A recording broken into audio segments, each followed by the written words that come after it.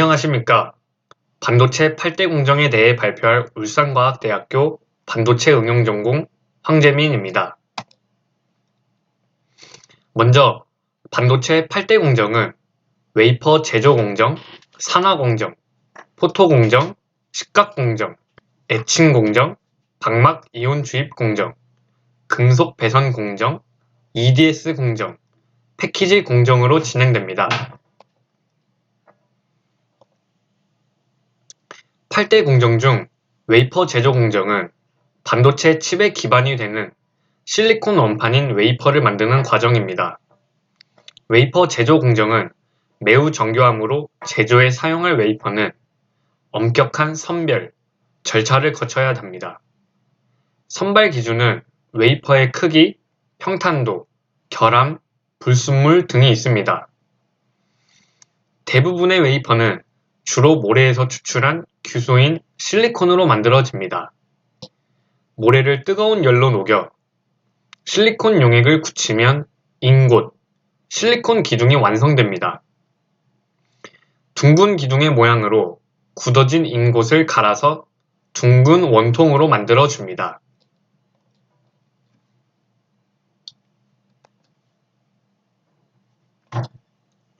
이 인곳을 슬라이스 모양으로 얇게 자르면 동그란 실리콘 판이 여러 장 나오게 되는데요. 이 위에 아주 미세한 공정으로 반도체 소자가 만들어져야 하기 때문에 연마와 세정을 여러 번 거쳐서 아주 매끄럽고 깨끗한 상태로 만듭니다. 웨이퍼의 두께가 얇고 지름이 클수록 한 번에 생산할 수 있는 반도체 칩수가 증가하기 때문에 갈수록 두께는 얇고 크기는 커지고 있습니다.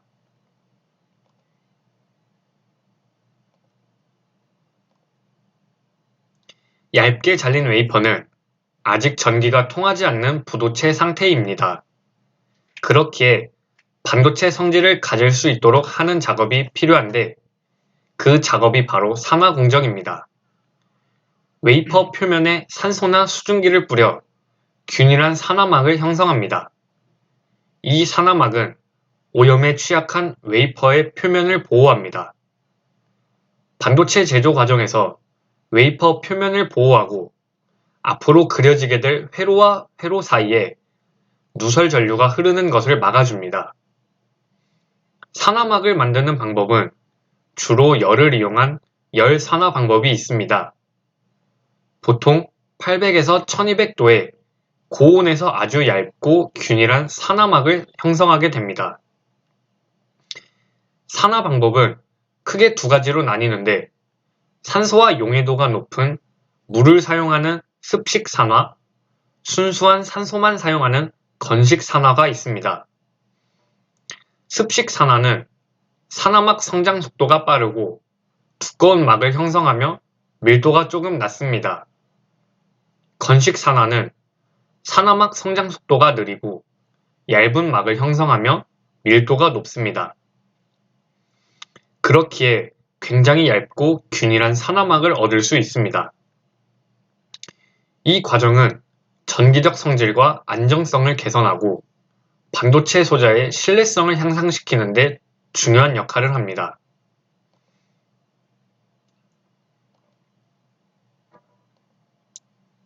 웨이퍼 위에 반도체 제조를 위해 설계된 회로를 그려내는 작업이 필요한데 이 작업이 포토 공정입니다. 밑그림을 새기는 작업으로 사진을 현상하는 과정과 비슷하다고 하여 포토 공정이라고 부릅니다. 산화막이 덮인 웨이퍼 위에 빛에 반응하는 물질인 감광액을 얇고 균일하게 도포합니다. 포토 공정에서 필름 역할을 하는 유리판을 레티클 혹은 마스크라고 부릅니다. 이 회로 패턴이 담긴 마스크 위로 빛을 통과시켜 웨이퍼의 회로를 찍어냅니다.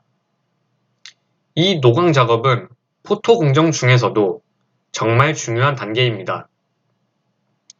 여기서 패턴을 더욱더 미세하게 그려내야만 점점 작아지는 전자기기에 맞추어 반도체 크기도 줄일 수 있기 때문입니다.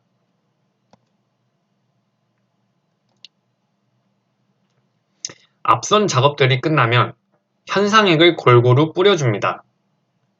빛을 받은 영역과 빛을 받지 않은 영역을 선택적으로 제거해 필요한 회로 패턴만 남깁니다. 마지막으로 패턴이 잘 그려졌는지 꼼꼼히 검사하고 여기서 통과된 웨이퍼만 다음 공정 단계로 갈 수 있습니다.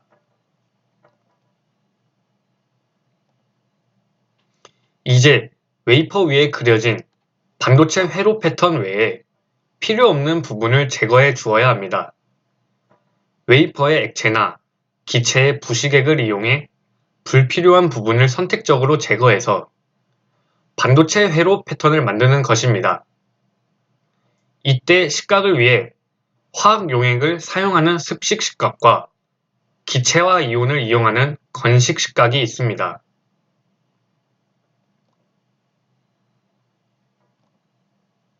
습식 식각은 비용이 저렴하고 공정이 쉽지만 정확성이 좋지 않고 PR 밑부분까지 식각되는 현상이 발생합니다. 건식 식각은 비용이 비싸고 방법이 까다로운 단점이 있으나 정교한 식각이 가능하기 때문에 점점 미세해지고 있는 회로 설계에 따라 확대되고 있습니다. 건식 식각은 플라즈마 식각이라고도 하는데요. 일반 대기압보다 낮은 압력인 진공 챔버에 가스를 주입한 후 전기 에너지를 공급하여 플라즈마를 발생시킵니다. 회로 선폭이 점점 미세화되고 있기 때문에 작은 패턴들을 만들기 위해서는 플라즈마를 이용해 미세한 작업이 가능합니다.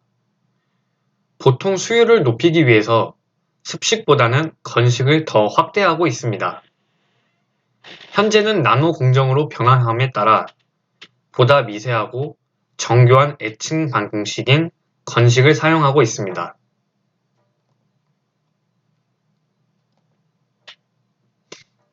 웨이퍼 위에 포토 공정과 식각 공정을 여러 차례 반복하면서 층층이 레이어를 쌓습니다. 이때 층층이 쌓인 회로와 회로를 구분하고 보호하는 절연막이 필요한데 이 얇은 막을 방막이라고 합니다. 웨이퍼 위에 원하는 분자 또는 원자 단위의 아주 얇은 방막을 입히는 것을 증착이라고 합니다.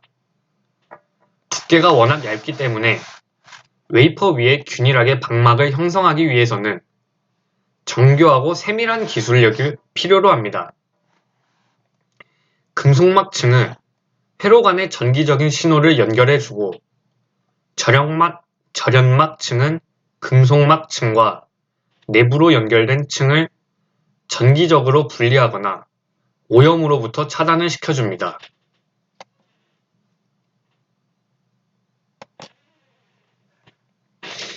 증착 방법에 따라 물리적 기상 증착 방법인 PVD, 화학적 기상 증착 방법인 CVD로 나누어집니다.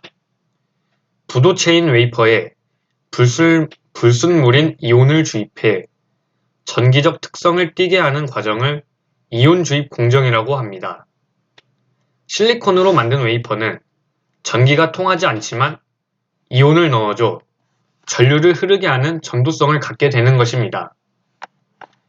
붕소, 인 같은 불순물을 미세한 가스 입자로 만들어 원하는 깊이만큼 웨이퍼 전면에 넣어줌으로써 전도성을 갖도록 만드는 과정입니다. 웨이퍼 제조부터 이온 주입 공정까지 거쳐 웨이퍼는 전도성을 갖게 되었고 그 위에 수많은 회로가 만들어졌습니다.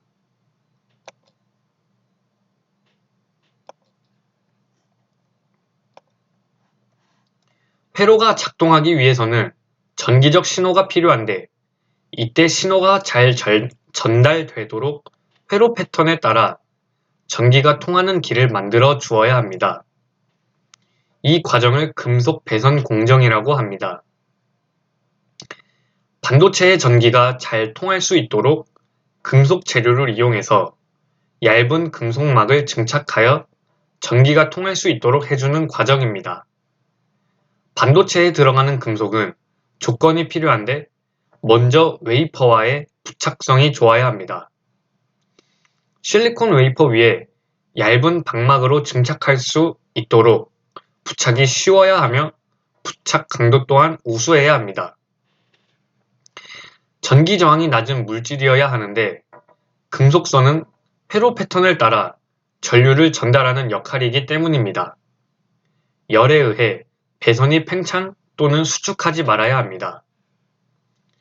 패턴화 용이성, 식각 및 증착 등의 공정에 사용하기 어렵지 않아야 합니다. 높은 신뢰성, 강도나 수명 면에서 안정적이어야 합니다. 낮은 단가, 대량 생산이 용이해야 합니다. 위 조건에 맞는 재료는 구리, 알루미늄, 티타늄, 텅스텐이 있습니다. 알루미늄은 실리콘 산화막과의 부착성이 좋고 가공성도 뛰어나다는 장점이 있으나 실리콘과 만나면 합금을 만들기 때문에 알루미늄과 실리콘 사이에 배리어 메탈을 넣어 주어야 합니다. 알루미늄 대신 텅스텐을 사용하게 되면 균일한 방막 형성이 가능하지만 알루미늄과 같이 진공 증착하기에는 적합하지 않아 화학 증착을 진행해야 합니다. 텅스텐은 기본적으로 비용이 비싸다는 단점이 있습니다. 최근에는 미세 공정으로 인해 대부분 화학 증착을 이용하는데 이에 따라 알루미늄보다 화학 증착에 적합하고 텅스텐보다 가격이 저렴한 구리가 자주 사용되고 있습니다.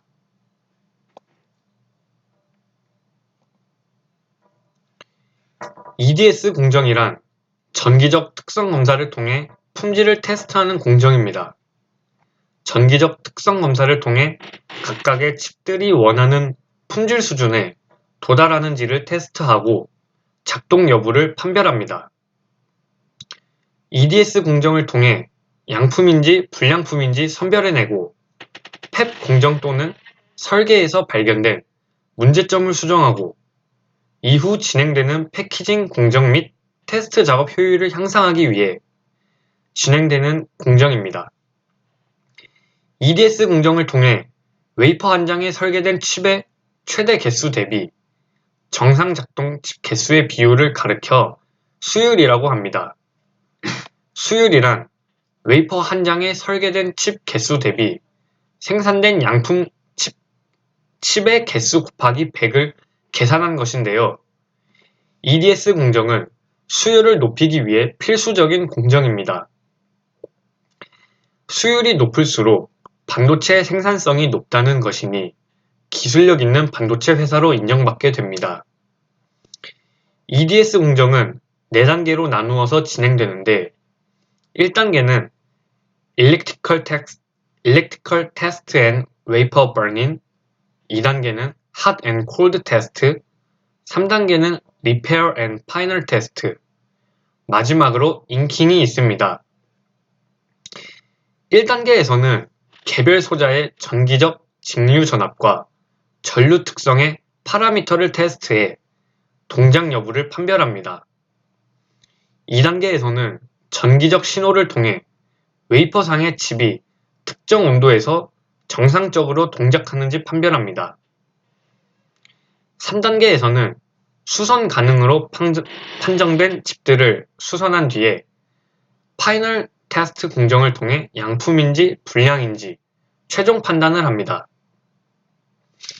마지막 4단계에서는 불량 칩을 육안으로 식별할 수 있게 특수 잉크로 표시하는 공정입니다.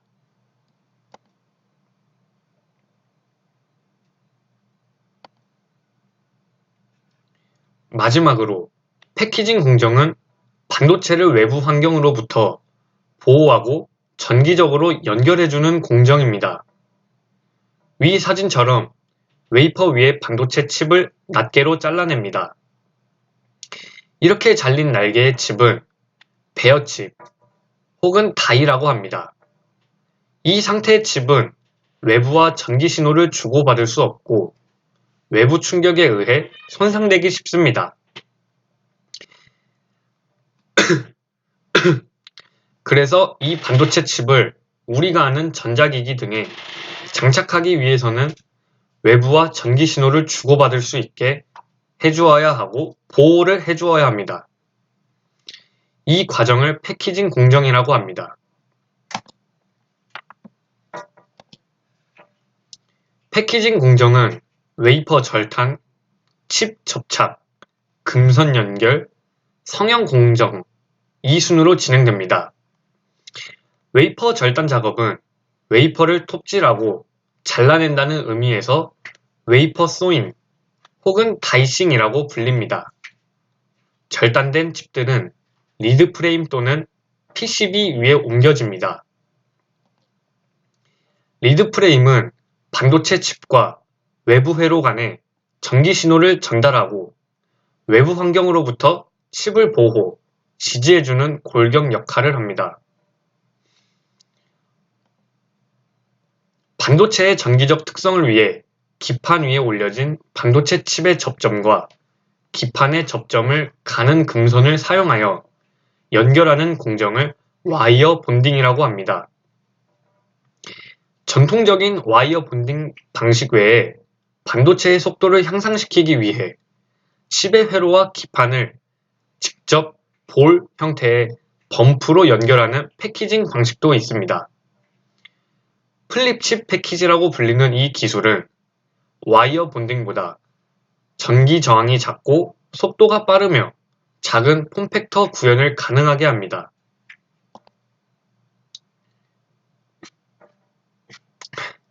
금선 연결 공정까지 끝나면 열, 습기 등의 물리적인 환경으로부터 반도체 직접 회로를 보호하고 원하는 형태의 패키지로 만들기 위한 성형 공정을 거칩니다.